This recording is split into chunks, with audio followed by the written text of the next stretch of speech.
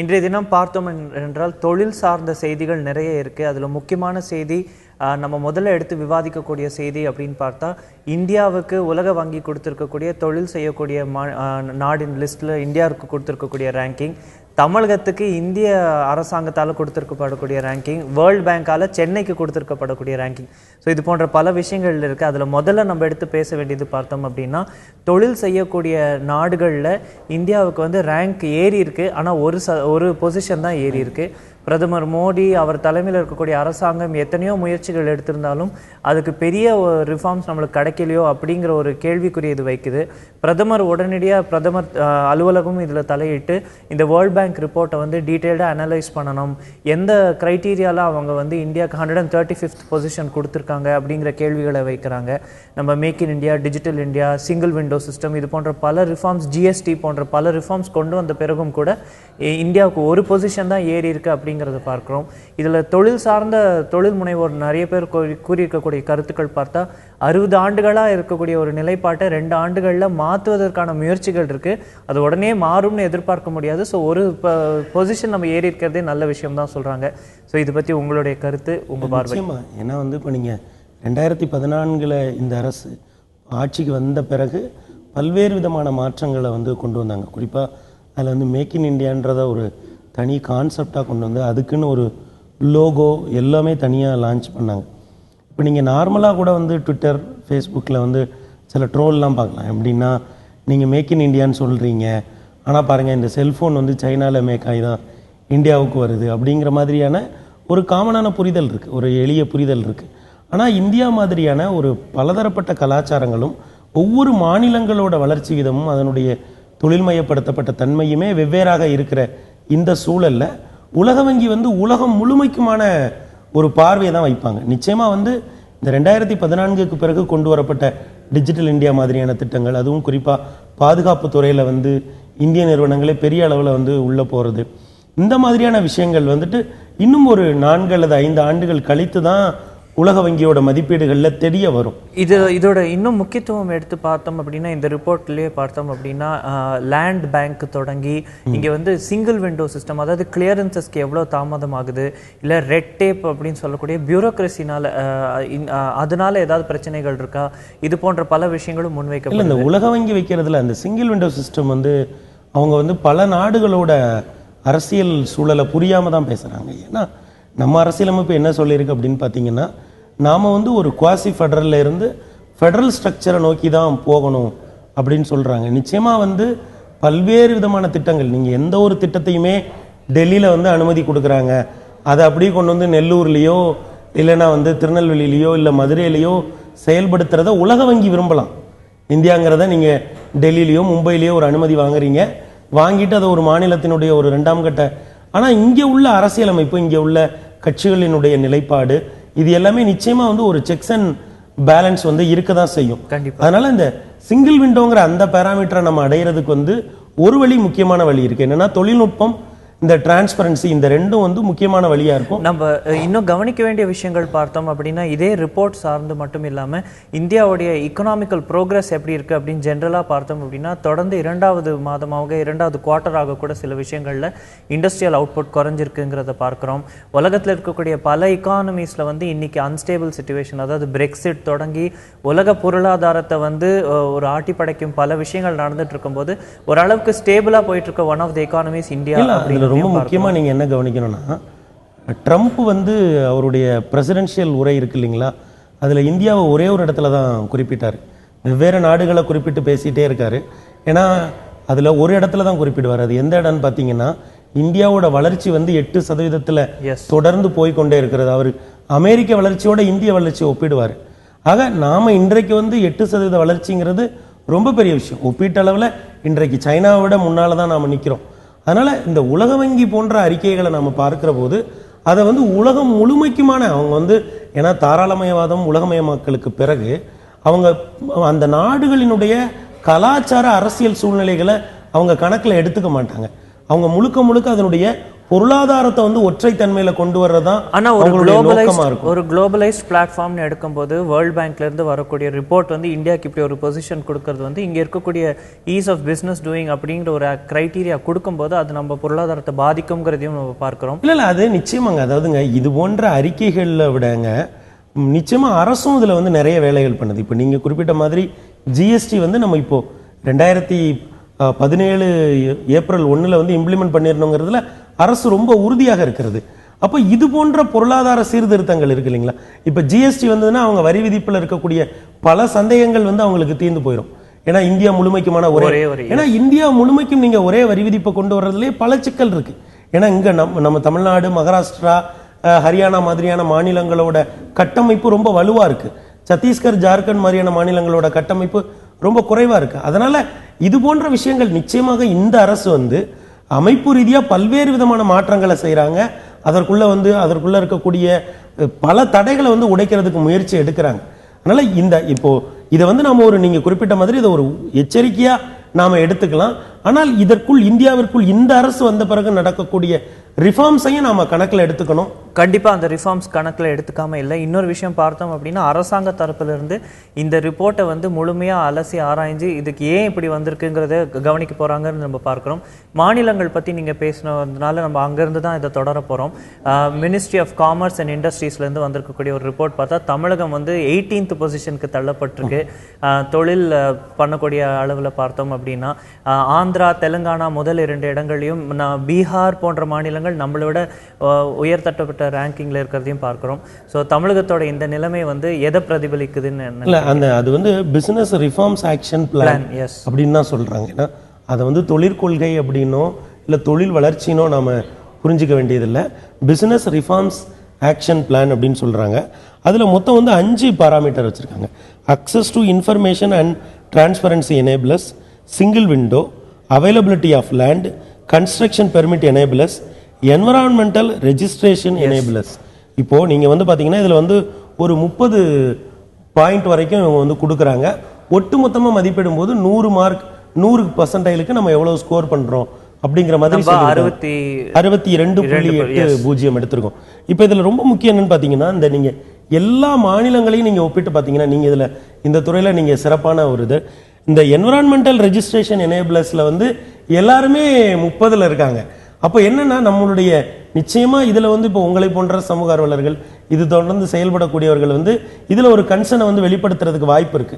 ஏன்னா இதுல கவனிக்க வேண்டிய விஷயம்னு பார்த்தா ஒரு மோஸ்ட் இண்டஸ்ட்ரியலைஸ் ஸ்டேட் இந்த கண்ட்ரி, அது வந்து நம்ம டாப் 5ல கூட வரல, நம்ம 18வது இடத்துக்கு தள்ளப்படுறோம். அப்படிங்கிறப்போ இங்க வந்து என்ன தடுக்குது அப்படின்னு பார்க்க அந்த நீங்க ரிப்போர்ட்லயே எடுத்து பார்த்தீங்க அப்படின்னா இங்க இருக்கக்கூடிய டாக்ஸ் ரிஃபார்ம்ஸா இருக்கலாம், இல்லை இங்க இருக்கக்கூடிய ஈஸ் ஆஃப் டூயிங் பிசினஸா இருக்கலாம், லேண்ட் அவைலபிலிட்டியா இருக்கலாம், கிளியரன்சஸா இருக்கலாம், இது எல்லாத்துலயுமே நம்ம கொஞ்சம் பின்தங்கி. அதாவதுங்க இந்த 5 பாராமீட்டர்ல என்விரான்மெண்டல் ரெஜிஸ்ட்ரேஷன் எனேபிளர்ஸ்ல எனக்கு சில ஐயங்கள் இருக்கு. ஏன்னா எல்லா மாநிலங்களுமே அதுல வந்து சிறப்பாக இந்த ரிப்போர்ட்ல நான் எல்லா மாநிலங்களையும் பார்த்தேன். இப்போ இதுல ஒப்பிடும் போது நமக்கு என்ன தோணுதுன்னா இந்தியாவிலே மோஸ்ட் இண்டஸ்ட்ரியலிஸ்ட் ஸ்டேட்ஸ் வந்து 2 தாங்க. ஒன்னு மகாராஷ்டிரா, இன்னொன்னு வந்து தமிழ்நாடு. இப்போ மகாராஷ்டிரா இந்த பட்டியல்ல 11வது இடத்துல இருக்குதுங்க. அப்புறம் தமிழ்நாடு வந்து 18வது இடத்துல இருக்கு. இப்போ இதுல வளர்ந்து ஆந்திர பிரதேஷ், தெலுங்கானா போன்ற மாநிலங்கள் முன்னால இருக்கிறதுக்கு காரணம் ஆந்திரால வந்து ஒரு பெரிய கேபிட்டலே அவங்க வந்து நிர்மாணம் பண்றாங்க. அப்போ நீங்க வந்து மணியோட ஃப்ளோ வந்து பெரிய அளவில் இருக்கும். தெலுங்கானா வந்து அவங்களுமே வந்து பாத்தீங்கன்னா இப்போ ஸ்டேட்ஸ் எல்லாம் வந்து டிஸ்ட்ரிக்ட்ஸ் எல்லாம் பிரிச்சிருக்காங்க. அப்படி பார்க்குறப்போ இந்த 5 பாராமீட்டர்ல கண்டிப்பா வந்து அந்த சிங்கிள் விண்டோ அப்படிங்கிறதுலையும் கன்ஸ்ட்ரக்ஷன் பெர்மிஷன் எனேபிளர்ஸ் இந்த 2 இடத்துலையும் தமிழ்நாடு கவனம் செலுத்துறது நிச்சயமா அதுக்கு உதவிகரமா இருக்கு. தொழில் சார்ந்த செய்திகள்ல முக்கியத்துவம் பெறக்கூடிய இன்னொரு செய்தியா பார்க்கப்பட விஷயம் வந்து டாடா குழுமத்தில் ஏற்பட்டிருக்கக்கூடிய டாப் லெவல் மேனேஜ்மெண்ட்ல இருக்கக்கூடிய ஒரு குழப்பம் தான் இப்ப பார்க்கிறோம். திரு சைரஸ் மிஸ்திரி யாரும் எதிர்பாராத விதமாக திரு சைரஸ் மிஸ்திரி வந்து ஒரு 2 தினங்களுக்கு முன்பு பதவியிலிருந்து நீக்கப்படுறார், இல்ல பதவியிலிருந்து விலகப்படுறார். அப்ப பார்க்கும்போது திரு ரத்தன் டாடா மீண்டும் சேர்மன் ஆஃப் த போர்டா வர்றதையும் நம்ம பார்க்கிறோம். அப்படி பார்க்கும்போது இப்போ நடந்துட்டு இருக்கக்கூடிய விஷயங்கள், திரு சைரஸ் மிஸ்திரி சொல்ல இருக்கக்கூடிய பல விஷயங்கள், திரு ரத்தன் டாடா அவர்களுடைய தொடர் ஈடுபாடு வந்து இருந்துகிட்டே இருந்தது. அவர் எப்பவுமே அவருடைய ஈடுபாடு இல்லாமல் இருந்ததில்லை. அது வந்து வளர்ச்சிக்கு ஒரு முட்டுக்கட்டையா இருந்ததுன்ற குற்றச்சாட்டை வைக்கிறார். அது மட்டும் இல்லாமல் $18 பில்லியன் அளவிற்கு டாடா குழுமத்துக்கு லாஸ் ஏற்படக்கூடிய சந்தர்ப்பங்கள் இருக்கு அப்படிங்கிற ஒரு திடுக்கிடும் தகவலையும் வெளியிடுறார். இது வந்து அடுத்த நிமிஷமே பார்த்தோம் அப்படின்னா கொஞ்ச நேரத்திலேயே வந்து ஸ்டாக் எக்ஸ்சேஞ்சஸ், பாம்பே ஸ்டாக் எக்ஸ்சேஞ்சும் சரி, நேஷனல் ஸ்டாக் எக்ஸ்சேஞ்சும் சரி, டாடா குரூப் ஆஃப் கம்பெனிஸ்க்கு நோட்டீஸ் தராங்க இதை எக்ஸ்பிளைன் பண்ண சொல்லி. இன்னைக்கு பார்க்குறோம் செபி கிட்ட இருந்தும் ஒரு நோட்டீஸ் வந்திருக்கு.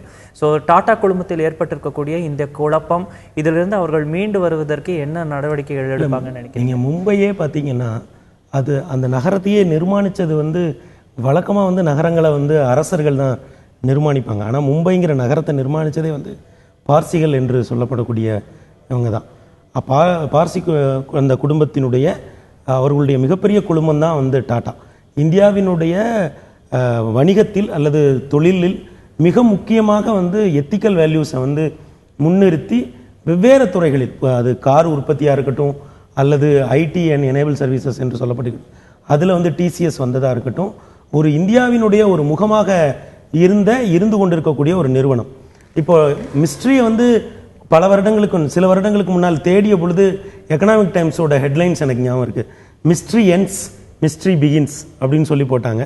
இன்னைக்கு அதே அவர் பதவியிலேருந்து எழுதும்போது அப்படி ரிவர்ஸ் பண்ணாங்க. மிஸ்ட்ரி எண்ட்ஸ், மிஸ்ட்ரி பிகின்ஸ் அப்படின்னு எழுதுனாங்க. இப்போ என்னன்னா, ஏன் திடீர்னு இப்படியாப்பட்ட ஒரு எதிர்பாராத முடிவு தான். அதுக்கு வைக்கக்கூடிய வாதங்கள் அப்படின்னு டாடா தரப்பிலிருந்து வைக்கக்கூடிய வாதங்கள் அப்படின்னு பார்த்தா, அவரால் திரு சைரஸ் மிஸ்த்ரி அவர்களால் எடுக்கப்பட்டிருந்த பல டைவெஸ்ட்மெண்ட்டுக்கான இதுதான். ஹோட்டல்ஸாக இருக்கட்டும், டாட்டாவோட பல ப்ராப்பர்ட்டிஸ் அவர் வந்து வித்துட்டு அதிலிருந்து ஸ்டேக்ஸை வெளில எடுத்தது, இது போன்ற விஷயங்கள் தான் கூறப்படுது. அது மட்டும் இல்லாமல் பல டாடா நிறுவனத்திலுடைய பிரைம்ஷிப் ப்ராஜெக்ட்ஸ்லேயே பலத்தில் வந்து அவர்களுக்கு இழப்பு ஏற்பட்டதையும் வந்து குறிப்பிடுறாங்க போர்டில். ஸோ அவருடைய செயல்பாடு மேலே ஒரு அதிருப்தியும், அதனால டாடா வளர்ச்சிக்கு ஒரு முட்டுக்கட்டை இருந்ததையும் பார்க்கலாம். இல்லை, இப்போ அவருடைய அவங்க சொல்றது ஒரு தரப்பு. இப்போ வந்து இவர் என்ன சொல்றாருன்னா, இவங்க என்ன சொல்றாங்கன்னா, alternative power centres without any accountability or formal responsibility, இந்த மாதிரியான ஆல்டர்னேட்டிவ் பவர் சென்டர்ஸ் வந்து உருவாக்கப்பட்டது. இப்போ இதில் வந்து இவர் வந்து அவரோட இமெயிலில் வந்து ஒரு முக்கியமான விஷயத்த சொல்றாரு. he was being pushed into position of lamduck chairman அப்படிங்கிறாரு.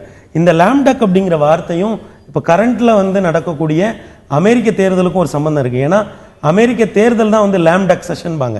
எதை லேம்டக் செஷன் சொல்லுவாங்கன்னா, இப்போ தேர்தல் நவம்பர் மாதம் முடிஞ்சிடும், புதிய அதிபர் அவங்க தேர்ந்தெடுத்துருவாங்க. அதுக்கு அடுத்து வரக்கூடிய ஜனவரியில தான் புதிய அதிபர் இதை முடிச்சிடறேன், ஜனவரியில தான் புதிய அதிபர் பொறுப்பேற்பாரு. ஆக இந்த இடைப்பட்ட காலத்தில் உள்ள அந்த செஷனை தான் இது வந்து லேம்டக் மெம்பர்ஸ்பாங்க. ஆக என்ன வந்து அப்படி வந்து ஒரு தமிழில் சொன்னால் ஒரு நொண்டி வாத்து அப்படிங்கிற மாதிரியான ஒரு லேம்டக்கா என்னை மாற்றிட்டாங்க. என்னால் எந்த முடிவுமே நான் இண்டிபெண்டாக எடுக்க முடியலை. அதனால் வந்து அதையும் நீங்கள் வந்து சேர்த்து எடுத்துக்கணும். அப்புறம் நீங்களே குறிப்பிட்டு சொன்ன மாதிரி 1.18 லட்சம் கோடி வந்து ரைட் டவுன் பண்ண வேண்டியதாக இருக்கும். அது வந்து நிச்சயமாக மிகப்பெரிய இழப்பு தான் ஒரு குழுமத்துக்கு. ஏன்னா 5 துறைகளில் அவங்க மிகச்சிறப்பாக பண்ணிட்டு இருக்காங்க. ஹோட்டல் இண்டஸ்ட்ரி, காரு, இந்த மாதிரி 5 துறைகளில் வெகு சிறப்பாக பண்ணிட்டு இருக்கும்போது இவர் என்ன சொல்கிறாரு, டிசிஎஸும் டாடா மோட்டார்ஸும் மட்டும்தான் இன்னைக்கு வந்து நல்லா பண்ணுது, மற்ற எந்த இதுலையுமே இருந்து அவங்களால பெரிய ப்ராஃபிட்டை எடுக்க முடியல அப்படிங்கிறது சொல்றாங்க. இன்னொன்று நம்ம பார்க்குறோம், டாடா குழுமத்தை வந்து இந்தியாக்குள்ள மட்டும் நம்ம அடக்கி வச்சு பேசாமல் கொஞ்சம் உலக அளவில் பார்த்தோம் அப்படின்னா, டாடா ஸ்டீல்ஸ் யூகேல வந்து ஒரு பெரிய ஒரு நிறுவனமாக இருக்குது. அது மட்டும் இல்லாமல் ரேஞ்ச் ரோவர், லேண்ட் ரோவர் போன்ற கம்பெனிகளை 2008, 2010 அவங்க அக்வயர் பண்ணுறாங்க திரு ரத்தன் டாடா தலைமையில். ஸோ இதில் எல்லாத்துலேயுமே வந்து அவர்களுக்கு ஒரு நஷ்டமும், இதில் எல்லாத்துலேயுமே அவர்களுக்கு வந்து ஒரு முட்டுக்கட்டையும் ஏற்பட்டிருக்கு. இல்லை, என்டிடிவி என்ன சொன்னாங்கன்னா, அந்த அவங்க ஃபர்ஸ்ட் இனிஷியலாக எதுவுமே தெரியாதப்போ லண்டனில் வந்து ரத்தன் டாடாக்கு ஃபேவராக இருந்த சில ப்ராஜெக்ட்ஸை வந்து மிஸ்ட்ரி வந்து க்ளோஸ் பண்ணிட்டாரு அப்படின்னாரு. இப்போ மிஸ்ட்ரியோட இமெயிலில் நேனோ பற்றியும் சொல்கிறாரு. நேனோ காரோட ரத்தன் டாடா ரொம்ப எமோஷ்னலாக அட்டாச் ஆகியிருக்காரு, அதனாலேயே வந்து ஒரு 1000 கோடி ரூபாய் வரைக்கும் இழப்பு ஏற்படுது அப்படிங்கிறார். அப்போ ஒரு பெரிய குழுமம், அதற்குள்ள அதனுடைய ஒரு பிதாமகன் மாதிரி ரத்தன் டாடா அவர்கள் இருந்தார்கள். இப்போ அதை தாண்டி அதற்கு அடுத்து அதை வந்து தொடர்ந்து எடுத்து செல்கிற போது, ஏன்னா இவர் வந்தபோது ஊடகங்கள் என்ன எழுதிச்சுன்றது எனக்கு ஞாபகம் இருக்கு, இவர் வந்து ஒரு நவீன முகமா இருப்பாரு, அவங்க வந்து வழக்கமா ரொம்ப ட்ரெடிஷ்னலா பண்ணக்கூடிய அந்த பிசினஸ்ல இருந்து மிக நவீனமான இடங்களுக்கு நிறுவனத்தை வழிநடத்தி செல்வார் அப்படின்னு சொன்னாங்க. நிச்சயமா வந்து ஒரு மிகப்பெரிய குழுமத்தில் ஏற்பட்டிருக்கக்கூடிய இந்த குழப்பங்கள் விரைவில் தீரணும். அதுதான் இந்திய பொருளாதாரத்துக்கு நல்லது. தமிழகம் கர்நாடகத்திடையே நடைபெற்று வரும் காவேரி சம்பந்தப்பட்ட நீதிமன்ற வாதங்களை பார்க்கிறோம். அதில் மத்திய அரசாங்க தரப்பில் நேற்று வைக்கப்பட்ட முக்கியமான வாதம் பார்த்தா 2007 வழங்கப்பட்ட நடுவர் மன்ற தீர்ப்பு தான் வந்து கடைசிய விஷயமா இருக்கணும். அது சுப்ரீம் கோர்ட் கொடுத்த மாதிரி தான், அது வந்து ஈக்குவலண்ட் பாடி கொடுத்தது தான். அதையே வந்து நீங்கள் சுப்ரீம் கோர்ட்லேயே மேல்முறையீடு செய்கிறது எந்த மாநிலமும் பண்ணக்கூடாது அப்படிங்கிற வாதத்தை மத்திய அரசாங்கம் வைத்து, இதில் சுப்ரீம் கோர்ட்டுடைய தலையீடு இருக்கக்கூடாது, இது வந்து பார்லிமெண்ட்டில் டிசிஷன் எடுத்து தான் இதுக்கு அடுத்த நிலைமைக்கு போக முடியும் அப்படிங்கிற வாதத்தையும் அவங்க வைக்கிறாங்க. இதை நம்ம எப்படி பார்க்கிறோம்? மத்திய அரசாங்கத்தோட இந்த வாதம் வந்து நியாயமானதா இல்லது ஏதேனும் ஒரு மாநிலத்துக்கு சைடு அடிக்குமா இருக்குமா? இல்லை, நீங்கள் வந்து நான் இந்த தீர்ப்பையும் கலைஞரையாவினுடைய காவிரியில் திமுக எடுத்த நடவடிக்கைகள் எவை அப்படிங்கிறதையும் நம்ம இணைச்சு பார்த்தோம் அப்படின்னா அதுக்கு ஒரு வரலாறு இருக்கு. அவர் நேற்று தினம் ஒரு அறிக்கை விட்டுருக்காரு, ஒரு விரிவா அதையும் நம்ம பேசிடலாம். அப்போ இப்போ பார்த்தீங்கன்னா இதில் வந்து அவங்க வந்து ஒரு 17 பக்கத்தில் வந்து ஒரு அறிக்கை வந்து உச்சநீதிமன்றத்தில் ஆகஸ்ட் 24 சப்மிட் பண்ணுறாங்க. அப்போ அந்த அறிக்கையில் என்ன சொல்கிறாங்கன்னா, நடுவர் மன்றத்தை வந்து நீங்கள் கேள்வி கேட்க முடியாது எந்த மாநிலம். ஏன்னா கர்நாடகா வந்து நடுவர் மன்றத்தினுடைய தீர்ப்பு குறித்து, ஏன்னா அதில் உள்ள அரசியலை நம்மளால் புரிஞ்சிக்க முடியுது. அவங்க வந்து என்னென்னா, இது வந்து ஒரு இறுதியை எட்டிடக்கூடாது, இது ஒரு காவிரி மேலாண்மை வாரிய மாதிரியான இடத்தை நோக்கி நகர்ந்துடக்கூடாதுன்றதுனால இதில் வெவ்வேறு ஒவ்வொரு லீஃபாக எடுத்து அதில் என்னென்ன கேட்கலான்ற மாதிரி வழக்கல் இருக்குது. அப்போ அவங்க தெளிவாக சொல்கிறாங்க, நடுவர் மன்றம் உச்சநீதிமன்றம் தான் அதை அமைக்குது, அதனால உச்சநீதிமன்றத்துக்கு இணையான அதிகாரம் நடுவர் மன்றத்துக்கு இருக்கு. இதுல வேறு ஏதாவது மாற்றங்கள் கொண்டு வரணும் அப்படின்னா பாராளுமன்றம் தான் சட்டங்களை இயற்றி கொண்டு வர முடியும். அதனால நடுவர் மன்றத்தினுடைய எக்ஸிஸ்டன்ஸ், அதனுடைய தீர்ப்பு வந்து இறுதியானது அறுதியானது அப்படிங்கறத வந்து மத்திய அரசினுடைய வாதம் வந்து நிச்சயமா வந்து நாம வரவேற்க வேண்டியதுதான். அதே நேரத்தில் இதுல உள்ள மற்ற மேல்முறையீட்டு மனுக்களை வந்து நீங்க தள்ளுபடி பண்ணிருங்க அப்படின்னு சொல்லியிருக்காங்க. எதிர்வாதத்துல வந்து அந்த நடுவர் மன்ற தீர்ப்பை மதிக்காதனால தான் நம்ம வந்து மீண்டும் மீண்டும் கோர்ட்டுக்கு போறோம்ங்கிற நம்ம சைடு வாதமா இருக்கும், தமிழக சைடு வாதமா இருக்கும்னு எதிர்பார்க்கலாம். ஆமா, அதாவதுங்க நாம வந்து இந்த தீர்ப்பினுடைய அடிப்படையில அடுத்த கட்டத்துக்கு வந்துடணும் அப்படிங்கிறது தமிழகத்தினுடைய எதிர்பார்ப்பா இருக்கு. கர்நாடகாவினுடைய எதிர்பார்ப்பு இல்ல, இது இயல்பா புரிந்து கொள்ளக்கூடியதுதான். ஏன்னா இப்ப மேலாண்மை வாரியம் வந்துச்சுன்னா இது 2 மாநில அரசுகளோட கட்டுப்பாட்டை விட்டு காவிரிங்கிறது ஒரு தனி அமைப்பினுடைய கட்டுப்பாட்டுக்கு போயிடும் அப்படிங்கிறதுனால அவங்க இதுல பல்வேறு விதமான முயற்சிகளையும் செய்யறாங்க. அந்த அரசியலையும் நாம புரிஞ்சுக்க வேண்டியதா இருக்கு. ஆனா இந்த நேரத்தில் தான் வந்து இவங்க கலைஞரையாவோட இந்த அறிக்கை வருது. பாஜகவின் ஒரு சிலர் வந்து காவிரி பிரச்சனையில் திமுக துரோகம் செய்து விட்டது என்றும், உச்சநீதிமன்றத்தில் தொடுக்கப்பட்ட வழக்கில் திமுக தன்னிச்சையாக திரும்ப பெற்றுவதால் குடி முழுகிவிட்டது என்றும் கடந்த கால வரலாற்றை வந்து புரியாம வந்து பேசுறாங்க அப்படின்ட்டு. இப்ப அந்த அறிக்கையில ரொம்ப கவனிக்க வேண்டிய ஒரு இடம் என்ன சொல்றாங்கன்னா, அறிக்கைகள் வாயிலாகவும் தொலைக்காட்சி வாயிலாகவும் வெறுப்பையும் விரோதத்தையும் கக்குகிறார்கள் அப்படிங்கிறாங்க. அப்போ வந்து நிச்சயமா அந்த விவாதங்கள்ல வைக்கக்கூடிய வாதங்களையும் ஐயா வந்து கணக்கில் எடுத்திருக்காங்க அப்படின்னு நாம புரிஞ்சுக்க வேண்டியதா இருக்கு. இப்போ கலைஞரையாவினுடைய அவர் வந்து அவர் ஆட்சி காலத்திலையும் சரி, திராவிட முன்னேற்ற கழக அவர் தலைமையில் நடைபெற்ற ஆட்சியில அவங்க எடுத்திருக்கக்கூடிய பல விஷயங்களை பத்தி அவர் விரிவா விவாதிக்கிறாரு. அவர் வந்து லிஸ்ட் கொடுக்குறாரு. ஏன்னா வந்து திமுக இதுலயும் செய்யல அப்படிங்கிற விஷயங்கள் வந்து எதிர்கட்சிகள் வைக்கும்போது அதுக்கு அவர் ஒரு விஷயமா இதை சொல்றாரு. ஸோ இது வந்து ஒரு முன்னாள் முதலின் ஒரு பொறுப்பான பதில்னு நம்ம எடுத்துக்கணுமா, இல்லை இது அரசியல் ரீதியாக கொடுக்கப்பட்ட அறிக்கைன்னு பார்க்கணும்? இல்லை, நிச்சயமா இது வந்து அவருடைய ஒரு, ஏன்னா வழக்கமா வந்து இந்த அறிக்கையில வந்து கலைஞரையாவினுடைய அறிக்கை வந்து ரொம்ப அரசியல் அறிக்கை, மிகவும் நுணுக்கமானது. அவர் தினந்தோறும் அறிக்கை விட்டாலுமே கூட அதற்குள்ள பல்வேறு விதமான அரசியல் செய்திகளுமே புதைந்து கிடக்கும். இப்போ நீங்க இதுவே இந்த அறிக்கை எப்படி ஆரம்பிக்குதுன்னா, நான் பிறந்த வருடமான 1924க்கும் காவிரிக்குமே ஒரு நெருங்கிய தொடர்பு இருக்கு அப்படின்னு சொல்லி அதுல இந்திரா காந்தி அம்மா வந்து இந்த சொன்ன விஷயத்தை அவங்க சுத்தி காட்டுறாங்க. இந்த பிரச்சனையில நான் பேசுவதென்றால் இடையில் நீங்கள் ஒரு வழக்கு போட்டிருக்கீங்களே, அந்த வழக்கு இருக்கும்போது பேச முன் வருவார்களா, அதனால எனவே என்னை நம்பி இந்த வழக்கை திரும்ப பெறுங்கள் அப்படின்னு அவங்க சொன்னாங்க. அதனால வந்து நான் வந்து அந்த வழக்கை வந்து வாபஸ் வாங்கினேன் அப்படிங்கிறாங்க. அதே மாதிரி வந்து இடைக்கால பிரதமர் விபி சிங் ஐயா பிரதமராக இருந்தப்போ நடுவர் மன்றம் அமைக்கப்பட்டது, அப்புறம் வாஜ்பாய் ஐயா இருந்தபோது நடந்த முன்னேற்றங்கள், இதெல்லாம் சொல்லிட்டு அவங்க கடைசி என்ன சொல்றாங்கன்னா, ஒரு திரும்ப கூட கிள்ளி போடாதவர்கள் என்பதை தங்களுடைய மனசாட்சியை தொட்டு பார்த்து புரிந்து கொள்ள வேண்டும் அப்படிங்கிற அளவில் இந்த அறிக்கை வந்து காவிரியில் திமுகவினுடைய செயல்பாடுகளை மிக தெளிவாக முன்வைக்கிறது. எஸ், மத்திய அரசாங்கம் அவர்களுடைய நிலைப்பாடுக்கு ஒரு பகுதியை நேற்றைய தினம் உயர்நீதிமன்றத்தில் உச்சநீதிமன்றத்தில் சொல்லியிருக்கக்கூடியதை நம்ம பார்க்கிறோம். அதில் முக்கியமான விஷயம் அப்படின்னு கவனித்தால் வந்து அரசாங்கமும் நாடாளுமன்றமும் எடுக்க வேண்டிய முடிவில் உச்சநீதிமன்றம் தலையிடக்கூடாது என்பதை தான் முக்கியத்துவம் பெறுது.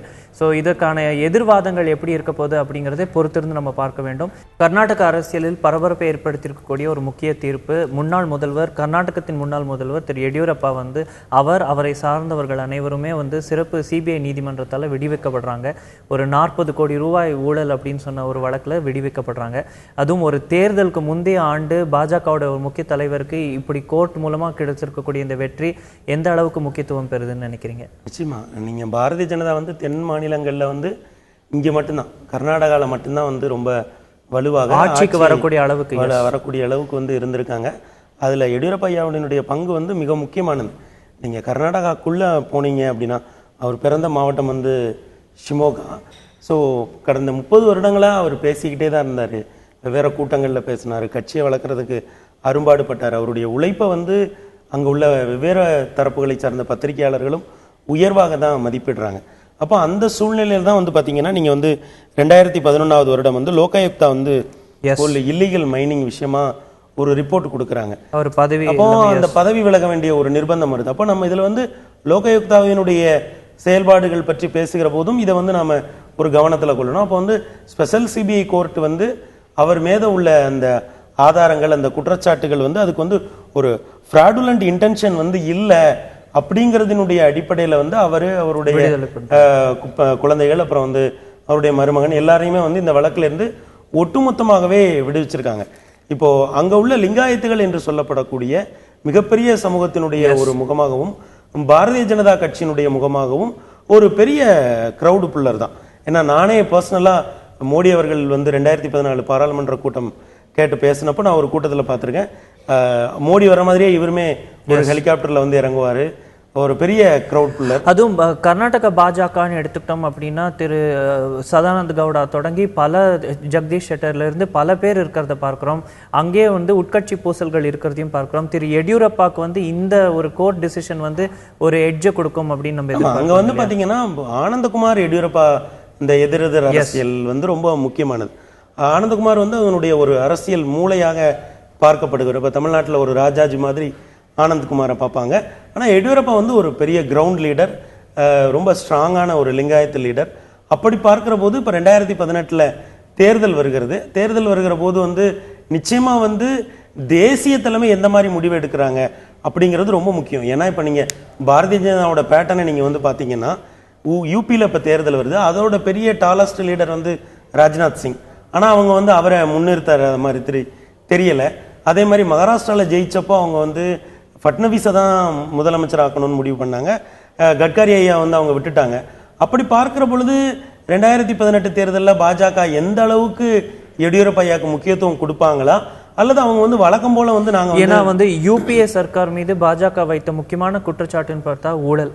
அதுல வந்து பாஜகவுக்கே ஒரு களங்கம் ஏற்படுத்த மாதிரி இருந்த விஷயங்கள் அப்படின்னு பார்த்தா திரு எடியூரப்பா மீது இருந்தக்கூடிய குற்றச்சாட்டு. இப்ப அதுல ஒன் ஆஃப் த கேசஸ்ல இருந்து அவர் விடுவிக்கப்பட்டிருக்காரு பார்க்கிறோம். இன்னும் பல வழக்குகள் இருக்கிறதையும் நம்ம பார்க்கிறோம். சோ அவருக்கு இதுல வந்து நிரந்தர தீர்வு கிடைச்சிடல, இந்த வழக்குல இருந்து அவருக்கு தீர்வு கிடைச்சிருக்கு. ஆனா இது வந்து அவருக்கு வந்து நிச்சயமா ஒரு பொலிட்டிக்கல் மைலேஜ் தான். ஏன்னா அவர் வந்து இவ்வளவு நாளும் வந்து என்னதான் பெரிய கிரவுண்ட் லெவல்ல பெரிய லீடரா இருந்தாலும் அந்த வழக்கு வந்து, ஏன்னா அமைப்பு ரீதியா வந்து பாரதிய ஜனதா ஊழல் மாதிரியான விஷயங்களுக்கு எதிராக தொடர்ந்து பேசிக்கொண்டே வருகிறார்கள். அப்புறம் வந்து அவங்க எங்கேயுமே இதுவரைக்கும் நடந்த தேர்தலில் முதலமைச்சரை டிக்ளேர் பண்ணி இன்னார் தான் முதலமைச்சர்னு சொல்லாமல் கட்சியை முன்னிறுத்தியும் கொள்கைகளை முன்னிறுத்தியும் தான் தேர்தலை சந்திக்கிறாங்க. அப்போ அந்த பின்புலத்தில் பார்க்கிற போது நிச்சயமா எடியூரப்பா வந்து கட்சியினுடைய தலைமைக்கு வந்து ஒரு பெரிய அழுத்தத்தை கொடுப்பதற்கான வாய்ப்பு இருக்கு. ஏன்னா சீதாராமையா அவர்களுடைய ஆட்சி மேல வந்து இதுவரைக்கும் பெரிய அளவில் அதிருப்தி எதுவுமே இல்லை. அவருமே ரொம்ப அசர்ட்டிவான ஒரு லீடர் தான், ரொம்ப எளிய பின்புலத்திலிருந்து கிளம்பி வந்தவர். அதனால இந்த this election will be very interesting. Sitaramayya எதிர் எடியூரப்பா அப்படின்னு இருக்கிற பட்சத்தில் இது ரொம்ப இன்ட்ரெஸ்டிங்கான ஒரு எலெக்ஷனாக இருக்கும். மத்திய அமைச்சர் திரு வெங்கையா நாயுடு அவரின் கருத்து, பொது சிவில் சட்டம் குறித்து அவருடைய கருத்து, அனைவருடைய ஒப்புதலின் பேரிலும் அனைத்து சமூகம் அனைவரையும் கருத்தில் கொண்டுதான் இது வந்து நிறைவேற்றப்படும், இது வந்து ஏனோ தானோ முடிவெடுக்கப்படாது அப்படின்னு அவர் சொல்லியிருக்கக்கூடிய விஷயத்தை வந்து ரொம்ப பாசிட்டிவாக பார்க்குறோம். ஏன்னா இப்போ எல்லாராலையும் டிபேட் பண்ணிட்டு வரக்கூடிய விஷயம் பார்த்தா பொது சிவில் சட்டம். பிரதமர் திரு மோடி அவர்கள் மஹோபால நடந்த ஒரு கூட்டத்தில் பேசும்போது முஸ்லிம் பெண்களுக்கு இது ஒரு முன்னேற்றம் தரக்கூடிய விஷயமா இருக்கும் அப்படிங்கிறத அவர் சொல்லுவதற்கும், மாயாவதி போன்ற முக்கிய தலைவர்கள் யூபி மாநிலத்தில் இது அரசியலாக்கப்படுவதற்கான முயற்சி என்பது குற்றச்சாட்டு வைக்கிறதையும் பார்க்கிறோம்.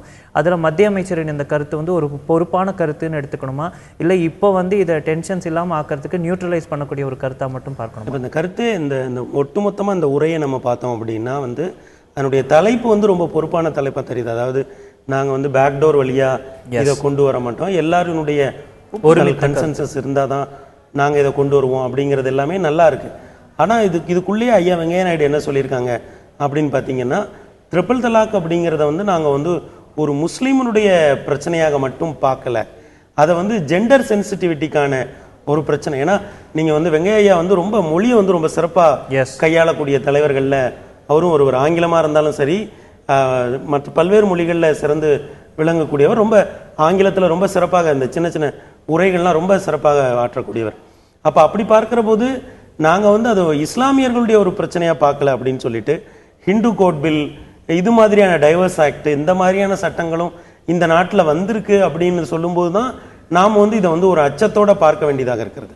ஏனென்றால் மதம் சார்ந்த விஷயங்களில் நீங்கள் யூனிஃபார்ம் சிவில் கோட் பற்றி அரசியல் சாசனம் ஒரு வழிகாட்டும் நெறிமுறையை வழங்கி இருந்தாலுமே கூட, மதம் சார்ந்த விஷயங்களில் அந்த மதத்துக்குள்ள ஒரு மாற்றம் வருவதற்கு அந்த மதத்தினுடைய தலைவர்கள் ஒரு உரையாடலை முன்னெடுப்பது சிறப்பாக இருக்கும். ஏன்னா நிச்சயமா வந்து ஒரு யூனிஃபார்ம் சிவில் கோடுங்கிறது வரவேற்க தகுந்ததா இருந்தாலுமே கூட அந்தந்த மதம் சம்பந்தப்பட்டவர்களுடைய நுண்ணுணர்வுகளையும் நாம புரிந்து கொள்ள வேண்டியது. அரசியல் பற்றி நம்ம பேச வேண்டும் அப்படின்னு பார்த்தால் வந்து வரவிருக்கக்கூடிய ஆண்டுல பல முக்கிய தேர்தல்கள் இருக்கு. கோவா, பஞ்சாப் தொடங்கி உத்தரப்பிரதேசம் வரை.